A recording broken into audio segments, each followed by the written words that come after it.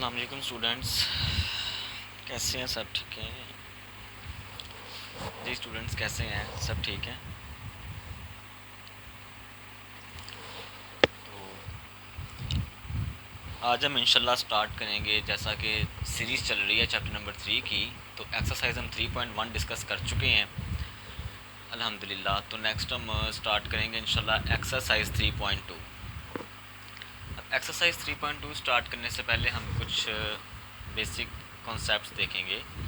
जैसा कि चैप्टर हमारा चल रहा है इंटीग्रेशन का, तो इंटीग्रेशन का जैसा कि हमारा चैप्टर चल रहा है, तो इंटीग्रेशन जो है हम देखेंगे इंटीग्रेशन के रिलेटेड थोड़े से कॉन्सेप्ट। फिर ये हम एक्सरसाइज 3.2 स्टार्ट करेंगे, क्योंकि एक्सरसाइज 3.2 से लेके ऑनवर्ड जो है आपका चैप्टर थर्ड जो है ये ऑनवर्ड 3.2 से ऑनवर्ड जो आपका चैप्टर एंड तक जो है ये एंड तक आपका चैप्टर ये इंटीग्रेशन का चैप्टर है। ठीक है, तो इंटीग्रेशन स्टार्ट करने से पहले हम इसके जो है कुछ देखते हैं, मतलब इंटीग्रेशन के कॉन्सेप्ट्स देखते हैं।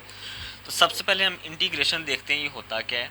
ठीक है, इंटीग्रेशन क्या है चीज़, ठीक है, क्या क्राइटेरिया है। वैसे तो इंटीग्रेशन को अगर देखा जाए, इसका कॉन्सेप्ट ये है कि ये एक तो पहली बात, ये डेरिवेटिव का उलट है।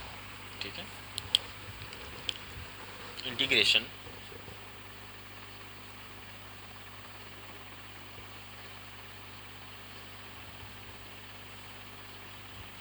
इंटीग्रेशन जो है ये डेरिवेटिव का उलट है, anti differentiation.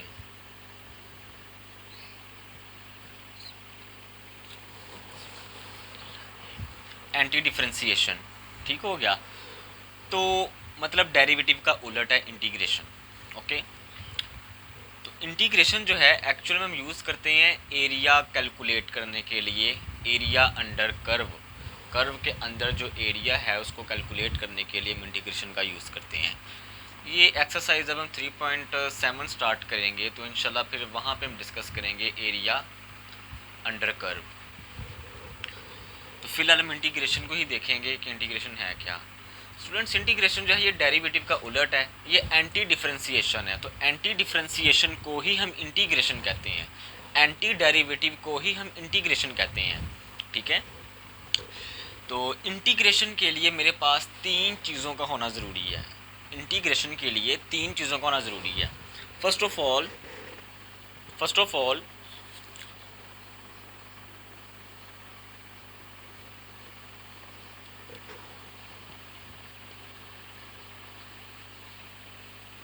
Operator of integration, second function, third function लिख लें या इंटीग्रैंड लिख लें, यहाँ पे ज़्यादा बेस्ट रहेगा, इंटीग्रैंड। और थर्ड आप लिख लें वेरिएबल ऑफ इंटीग्रेशन या differential of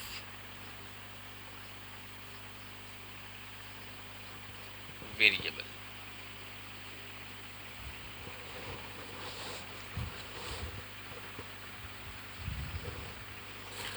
their are three things. ठीक है, first operator of integration, second integrand, third variable of integration या डिफरेंशियल ऑफ वेरिएबल। ठीक है, तो ऑपरेटर की जगह आप वर्ड सैम्बल भी यूज़ कर सकते हैं, सैम्बल सैम्बल यूज़ कर लें या ऑपरेटर यूज़ कर लें, एक ही बात है। इन तीन चीज़ों को हम देखते हैं, इन तीन चीज़ों को अब हम मैथमेटिकली देखते हैं, इन तीन चीज़ों को मैथमेटिकली देखते हैं। मैथमेटिकली इनका क्या क्राइटेरिया है जी। स्टूडेंट्स, फर्स्ट मैंने लिखा हुआ है ऑपरेटर ऑफ इंटीग्रेशन। अब ऑपरेटर ऑफ इंटीग्रेशन का मतलब क्या है, ये ऑपरेटर इंटीग्रेशन का। ठीक है, ये this is operator of integration, this is operator of integration, ये ऑपरेटर ऑफ इंटीग्रेशन है, ये सैम्बल है इंटीग्रेशन का।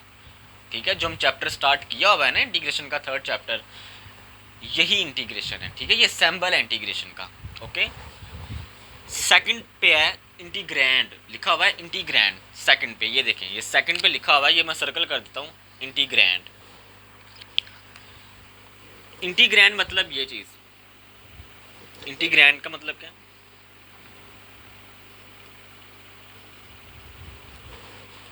ये इंटीग्रैंड का यहाँ पे मैंने लिखा हुआ है एफ ऑफ एक्स, मतलब कोई फंक्शन, ठीक है। ये मैं अभी इसका समझाता हूँ आपको डिटेल में। नेक्स्ट थर्ड में है वेरिएबल ऑफ इंटीग्रेशन या डिफरेंशियल ऑफ वेरिएबल। जी, डिफरेंशियल ऑफ वेरिएबल का क्या मतलब होगा, डिफरेंशियल ऑफ एक्स, ठीक है। जैसा कि हमने फंक्शन में वेरिएबल एक्स यूज़ किया है, इसलिए हम डिफरेंशियल के केस में भी वेरिएबल एक्स यूज़ करेंगे। जो वेरिएबल फंक्शन में होगा वही वेरिएबल डिफरेंशियल में होगा। क्लियर है।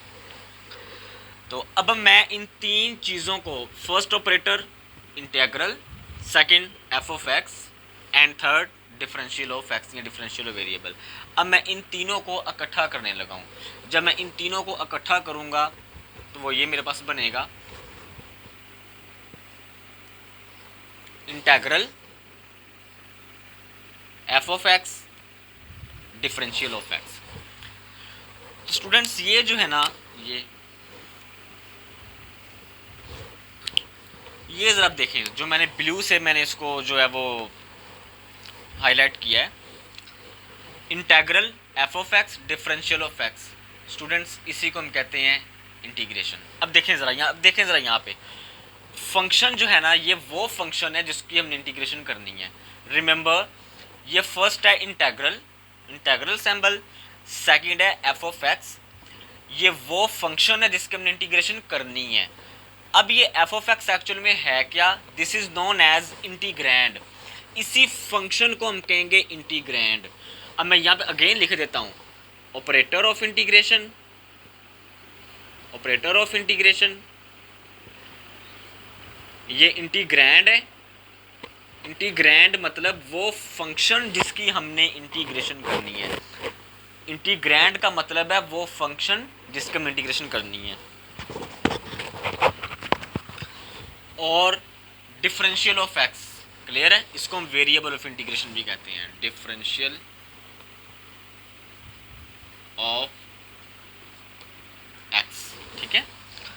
तो ये स्टूडेंट्स जी, अब ये बात हम कर रहे हैं चूँकि इंटीग्रेशन, तो यहाँ से हमें ये चीज़ मिली कि इंटीग्रेशन के लिए मेरे पास एटलीस्ट तीन चीज़ों का होना ज़रूरी है, ठीक है। फर्स्ट इंटीग्रल का ऑपरेटर, सेकंड वो फंक्शन जिसकी हमने इंटीग्रेशन करनी है, यानी जिस फंक्शन को हमने इंटीग्रेट करवाना है, और थर्ड पे है डिफरेंशियल ऑफ एक्स, ठीक है, यानी फंक्शन का डेरिवेटिव, फंक्शन का डिफरेंशियल। ओके हो गया स्टूडेंट, फंक्शन का मतलब डेरिवेटिव। तो ये तो थी बेसिक्स इसकी डेफिनेशन, बेसिक ये फंडामेंटल डेफिनेशन है इंटीग्रेशन की, ठीक है, ये बेसिक डेफिनेशन है इंटीग्रेशन की।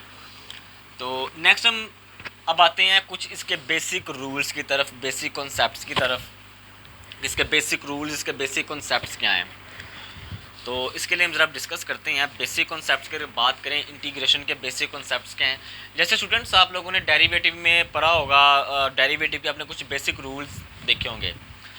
तो चैप्टर नंबर 2 में आपने बेसिक रूल्स देखे हैं डेरिवेटिव के, ठीक है। तो बेसिक रूल्स आप लोगों ने डेरिवेटिव के देखे हैं चैप्टर नंबर 2 के अंदर।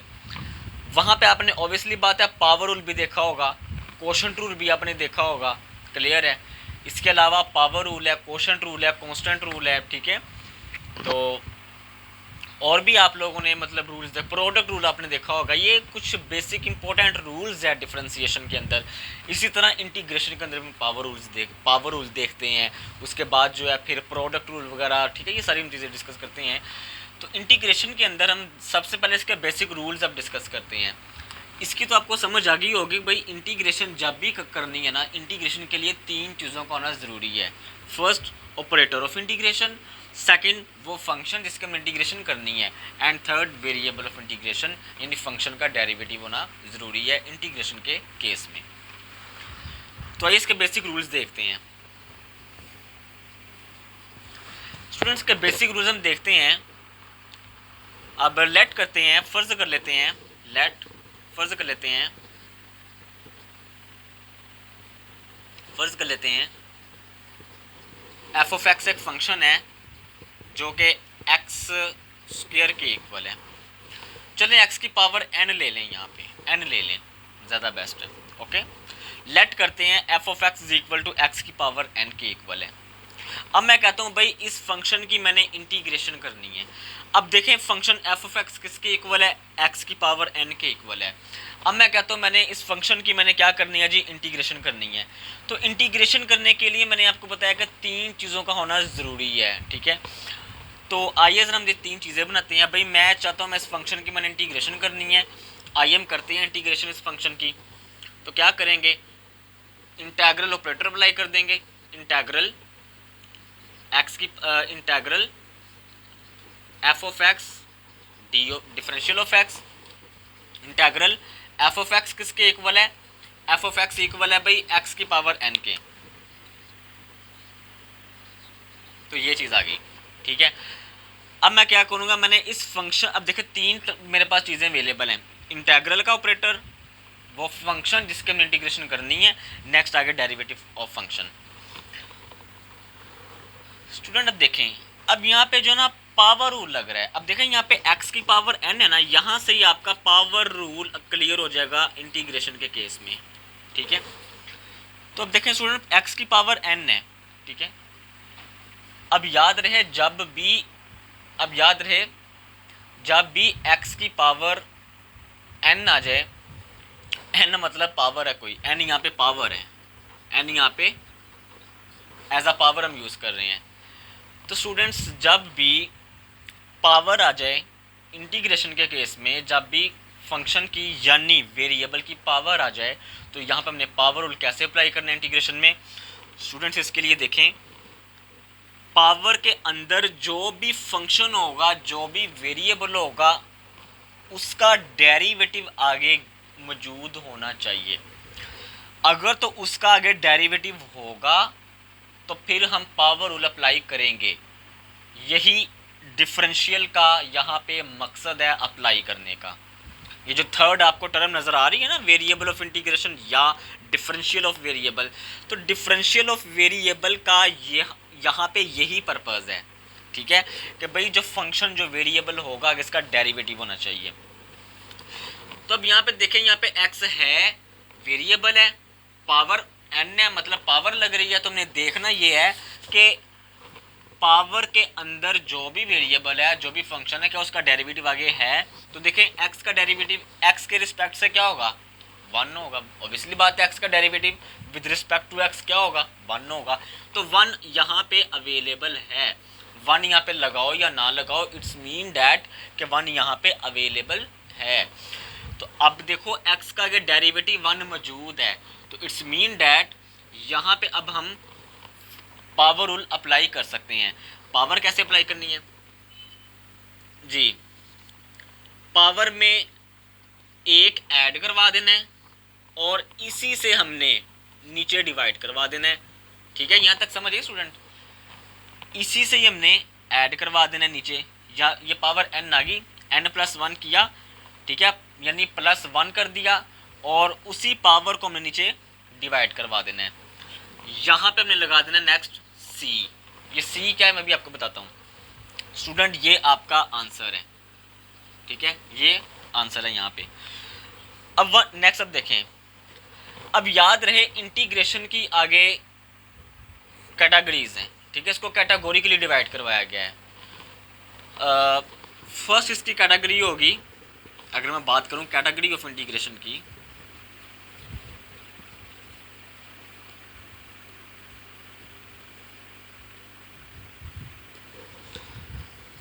अगर मैं बात करूं कैटेगरी ऑफ इंटीग्रेशन की, तो there are 2 categories of integration. First indefinite integral,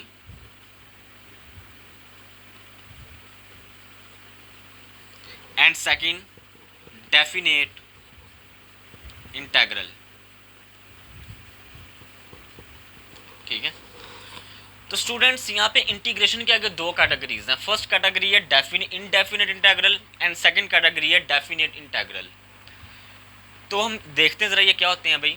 indefinite integral का क्या मतलब है, इनडेफिनेट इंटीग्रल का मतलब है कि आप किसी भी फंक्शन की जब इंटीग्रेशन करते हो ना, उसका जो भी आंसर आएगा वो एग्जैक्ट आंसर नहीं होगा, वो नॉन एग्जैक्ट आंसर होगा। ठीक है, नॉन एग्जैक्ट आंसर होगा। अब इस नॉन एग्जैक्ट आंसर का मतलब यहाँ पे आपको मिल जाएगा। यहाँ पे देखिए स्टूडेंट्स, हमने फंक्शन की इंटीग्रेशन की, ठीक है, मैंने यहाँ पे लिखा प्लस सी। ये प्लस सी का मतलब है कि कोई ना कोई हमारे पास कोई ना कोई कांस्टेंट वैल्यू है, कोई ना कोई हमारे पास कांस्टेंट वैल्यू है। हमें नहीं पता कि कांस्टेंट की वैल्यू क्या है, हमें नहीं पता इस चीज़ का एग्जैक्ट कि कांस्टेंट की वैल्यू क्या हो सकती है। मे बी 5 हो, मे बी 5x स्क्वायर हो, मे बी 5x क्यूब हो, मे बी 100 हो, मे बी 1000 हो। ठीक है, इस चीज़ का हमें नहीं पता। बस आप इतना याद रखें कि जब भी आपने इनडेफिनेट इंटीग्रल के केस में फंक्शन की इंटीग्रेशन करनी है तो प्लस सी लाजमी आएगा हर क्वेश्चन के आंसर में, हर क्वेश्चन में। इनडेफिनेट इंटीग्रल के रिलेटेड आपने जो भी क्वेश्चन करने हैं उसके आंसर के साथ आपने प्लस सी यानी प्लस कांस्टेंट, इसका मतलब बनता है ये लाजमी लगाना है। ठीक है, तो सी यहाँ पे, सी का यहाँ पे ये मतलब है, तो सी का यहाँ पे ये मतलब है कि कोई ना कोई कांस्टेंट टर्म है बट एग्जैक्ट आंसर नहीं है, एग्जैक्ट वैल्यू नहीं है। हमें नहीं पता कि क्या वैल्यू हो सकती है, कोई ना कोई वैल्यू होगी, हमें इस चीज़ का अंदाज़ा नहीं है। ओके स्टूडेंट्स, तो ये यहाँ पे इंडेफिनेट इंटीग्रल है। ठीक है, अगर मैं डेफिनेट इंटीग्रल की बात करूँ तो डेफिनेट इंटीग्रल के केस में हमें एग्जैक्ट आंसर का पता होगा। डेफिनेट इंटीग्रल के केस में हमने ये सी वगैरह नहीं लगाना, उस केस में एग्जैक्ट आंसर हो सकता है। मिसाल के तौर पे डेफिनेट इंटीग्रल के केस में हमारे पास ये भी आंसर हो सकता है 5x square plus 9x plus 3। Definite integral के केस में ये भी आंसर हो सकता है अकेला आपके पास 5x स्क्वायर प्लस 9 आंसर आ जाए। ठीक है, लेकिन इस केस में तो मैं ये देखो ना, इस केस में हमें पता चल रहा है कि ये कोई ना कोई एग्जैक्ट आंसर आ रहा है। जैसे फॉर एग्जांपल ये क्वाड्रेटिक इक्वेशन बन रही है फर्स्ट वाली जो है। ठीक है, तो इससे मतलब हमें अंदाज़ा हो रहा है कि भाई इस डेफिनेट इंटीग्रल में तो एग्जैक्ट आंसर आ रहा है। ठीक है, तो देखें इनडेफिनेट इंटीग्रल हमारे पास होती है integral F of x differential of x, ये मेरे पास है इनडेफिनेट इंटीग्रल। जबकि मैं डेफिनेट इंटीग्रल की बात करूं तो डेफिनेट इंटीग्रल के केस में मैं क्या करूंगा, लिमिट्स अप्लाई कर दूंगा, लिमिट ए टू बी, इसको कहते हैं अपर लिमिट, इसको कहते हैं लोअर लिमिट। ठीक है, तो स्टूडेंट्स ये वाला जो सेकंड केस है ना, ये जो सेकंड केस है डेफिनेट इंटीग्रल, जो सेकंड कैटेगरी है डेफिनेट इंटीग्रल, ये हम एक्सरसाइज 3.6 में इस्तेमाल करेंगे। ये जब हम 3.6 एक्सरसाइज यूज़ करेंगे, 3.6 एक्सरसाइज जब हम स्टार्ट करेंगे, यूज़ कह दिया मैंने, तो जब हम 3.6 एक्सरसाइज इंशाल्लाह स्टार्ट करेंगे तो उस केस में हम डेफिनेट इंटीग्रल डिस्कस करेंगे। फ़िलहाल हमें डेफिनेट इंटीग्रल की ज़रूरत नहीं है, फ़िलहाल हमें इनडेफिनेट इंटीग्रल पे स्टडी करनी है। ठीक है, तो लेकिन आप जस्ट फ़िलहाल इनडेफिनेट इंटीग्रल का याद रखें, integral F of x differential of x, लेकिन फ़िलहाल आप जस्ट इनडेफिनेट इंटीग्रल पे स्टडी करें। क्लियर है, तो यहाँ पे है जी एक्स। ठीक है, समझिए स्टूडेंट्स, यहाँ पे हमने क्या किया है, पावर रूल अप्लाई की है। ठीक है, फंक्शन की इंटीग्रेशन की है plus constant, this is known as a, ये कौन से कैटेगरी इंटीग्रेशन की, इनडेफिनेट इंटीग्रल यहाँ पे होगा। ठीक है, ये कैटेगरी है इनडेफिनेट इंटीग्रल की।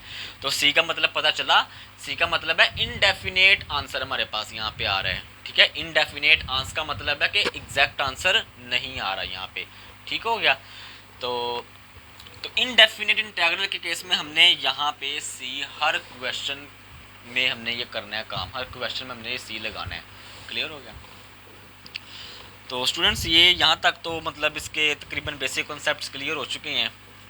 ठीक है, एंड वन मोर थिंग, एक और बात है, यहाँ पे जो x की पावर है ना, मतलब वेरिएबल की पावर, स्टूडेंट्स याद रखें, ये फॉर एग्जांपल कोई ना कोई आपके पास वेरिएबल है, इसकी जो पावर होगी ना, पावर इसकी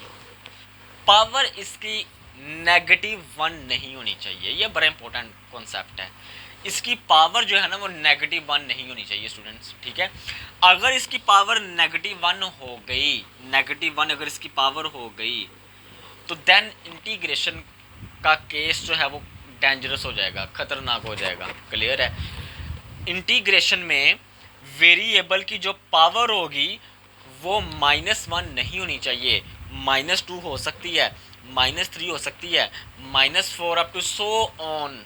माइनस के केस में जो है अप टू सो ऑन की अगर मैं बात करूं सारा पॉसिबल है।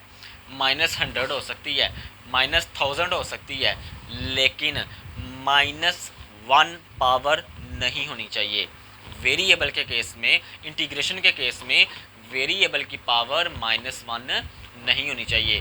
-2 हो सकती है, -3 हो सकती है, वगैरह वगैरह, ठीक है, बट -1 पावर नहीं होनी चाहिए। ओके हो गया स्टूडेंट? तो ये अपनी चीज़ें ये याद रखनी है, देन ही आप इंटीग्रेशन कर पाओगे, ठीक है। तो अदरवाइज जो फिर मुश्किल हो जाएगा आपके लिए।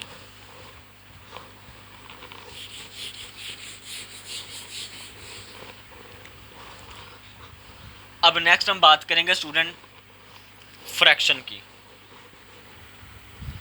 लेट करते हैं f of x is equal to x over x square plus 1। Students फर्ज करते हैं कि ये फंक्शन हमारे पास कोई ना कोई गिवन है, तो इसकी मैंने इंटीग्रेशन करनी है। तो integral f of x D of x integral x over x square plus 1 dx। अब देखिए स्टूडेंट यहाँ पे, अब ये कोई ना कोई हमारे पास फंक्शन है, ठीक है, ये वाला, ये स्टूडेंट कोई ना कोई फंक्शन है। अब देखें यहाँ पे फंक्शन तो है, लेकिन ये फंक्शन जो है ये फ्रैक्शनल फंक्शन है मेरे पास, मतलब फ्रैक्शन में आ रही है टर्म। यहाँ पे न्यूमरेटर डिनोमिनेटर भी है, मतलब फंक्शन यहाँ पे जो है वो फ्रैक्शनल टर्म में है, फ्रैक्शन की फॉर्म में है, मतलब फ्रैक्शन आ गई है यहाँ पे। स्टूडेंट्स जब फ्रैक्शन आ जाए ना, तो फ्रैक्शन के केस में आप लोगों ने क्या करना है स्टूडेंट, जब भी फ्रैक्शन आ जाए ना, फ्रैक्शन के केस में भी इंटीग्रेशन करने का एक क्राइटेरिया है, वो भी अपने याद रखना है। देखें यहाँ पे, जब भी स्टूडेंट फ्रैक्शन आ जाए, फ्रैक्शन के नीचे जो भी फंक्शन होगा उसका डेरिवेटिव आपने चेक करना है क्या फ्रैक्शन के ऊपर है या नहीं है। अगेन मैं रिपीट कर देता हूँ स्टूडेंट, जब भी इंटीग्रेशन के क्वेश्चन में फ्रैक्शन वाला आ जाए क्वेश्चन, यानी इंटीग्रेशन के क्वेश्चन में जब भी फ्रैक्शन आ जाए, तो उस फ्रैक्शन के नीचे जो भी फंक्शन होगा उसका आपने डेरिवेटिव चेक करना है, क्या उस फंक्शन का डेरिवेटिव ऊपर फ्रैक्शन के ऊपर है, न्यूमरेटर में है या नहीं है, ठीक है। तो उसके लिए अब हम चेक करते हैं। अब स्टूडेंट देखें यहाँ पे फ्रैक्शन के नीचे एक फंक्शन है एक्स स्क्वायर प्लस 1, इसको ज़रा साइड पे कर देते हैं एज अ रफ अमल। तो एक्स स्क्वायर प्लस 1 मैंने देखना है क्या इसका डेरिवेटिव है या नहीं है आगे यहाँ पे। तो इसका मैं डेरिवेटिव चेक करता हूँ। जब मैं इसका डेरिवेटिव लूँगा तो क्या आ जाएगा, 2x प्लस 0, 1 कॉन्स्टेंट है तो कॉन्स्टेंट का डेरिवेटिव 0 होता है, और एक्स स्क्वायर का डेरिवेटिव 2x आ जाएगा। इट्स मीन डैट 2x, चूँकि हम डिफरेंशियल ले रहे हैं, डिफरेंशियल यहाँ पे ले रहे हैं हम, डेरिवेटिव डिफरेंशियल, ठीक है, ये मतलब माइनर सा फ़र्क है, मैं ये डिस्कस कर चुका हूँ आपके साथ जो है 3.1 एक्सरसाइज में कि डिफरेंशियल डेरिवेटिव में क्या फ़र्क है, छोटा सा, ज़्यादा बड़ा नहीं, बस माइनर सा डिफरेंस है। तो ये 2x आ गया, ठीक है, साथ आ जाएगा जी dx। स्टूडेंट्स देखें, ऑब्वियसली बात है x का डेरिवेटिव x के लिहाज से 1 होता है, बट यहाँ पे हम डिफरेंशियल ले रहे हैं, तो भाई x का डिफरेंशियल x के लिहाज से 1 नहीं होगा, बल्कि वो डिफरेंशियल ऑफ x ही होगा, ठीक है। ये फ़र्क है डेरिवेटिव इंटीग्रेशन में, ये आपको यहाँ पे क्लियर हो गया है, ठीक है, अगेन क्लियर हो गया। तो स्टूडेंट्स अब यहाँ पे क्या आया, 2x differential of x, okay. अब देखो स्टूडेंट यहाँ पे डिफरेंशियल ऑफ x तो है, यानी dx तो यहाँ पे है, ये वाला जो x है ये भी यहाँ पे मौजूद है, मतलब x dx ये अवेलेबल है। देखो भाई हमने इस फंक्शन का, ये जो नीचे फंक्शन है इसका हमने यहाँ पे डेरिवेटिव ले लिया, मतलब डिफरेंशियल ले लिया। तो डिफरेंशियल लेने के बाद x dx जो है वो यहाँ पे अवेलेबल है। देखो x भी मौजूद है, डिफरेंशियल ऑफ x भी मौजूद है, बट यहाँ पे 2 मौजूद नहीं है। 2 एक कांस्टेंट नंबर है, 2 यहाँ पे मौजूद नहीं है। अगर यहाँ पे 2 मौजूद नहीं है तो हम 2 की कमी को पूरा करेंगे।